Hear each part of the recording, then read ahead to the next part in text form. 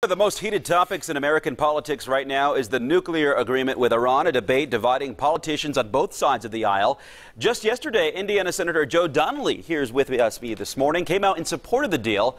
Senator Donnelly here with us this morning in studio to talk. And Senator, good to have you here with us. Good morning. Thank you very much. First, let's start with a just basic question. Why support the Iran deal, especially given the backlash from Israel and the sanctions, reducing the sanctions there? Why do you give your support? Well, what this does is it ensures that Iran can never get a nuclear weapon. In addition, it makes our nation safer, and it makes Israel safer as well. And so overall, what this does is it reduces Iran's nuclear enriched material by 98%. It turns off 75% of their equipment that can make enriched material.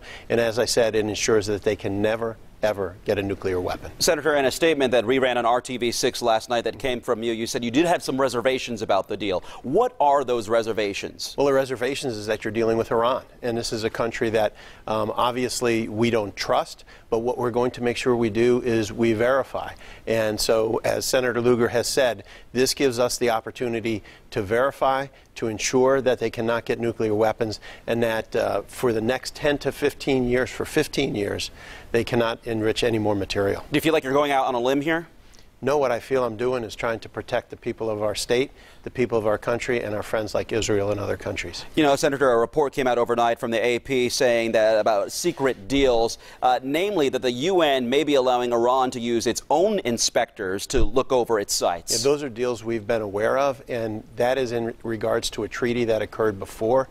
That's not on this particular treaty. On this treaty, there is access for the Atomic Energy Agency inspectors, and so they will be able to get into those military sites. Despite that, doesn't that raise a red flag? Well, we've known this for weeks. We've worked on this for weeks in this area. We have access into all of those military facilities, and so the things we've sought in this deal, we've been able to get. Switching gears a little bit here, any regrets about defunding Planned Parenthood since your treasurer left the campaign, Lieutenant Governor Kathy Davis resigned? No, because, you know, Indiana has followed all federal law. My job is to make sure people follow federal law if we're going to provide funding.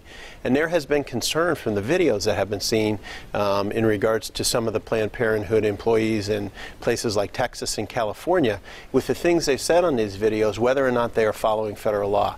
It's my obligation to ensure they do before we provide federal funding. Okay. Final question for you this morning. Would you encourage Vice President Joe Biden to seek the Democratic presidential nomination? You know what? That's up to him. He has experienced extraordinary tragedy this past year.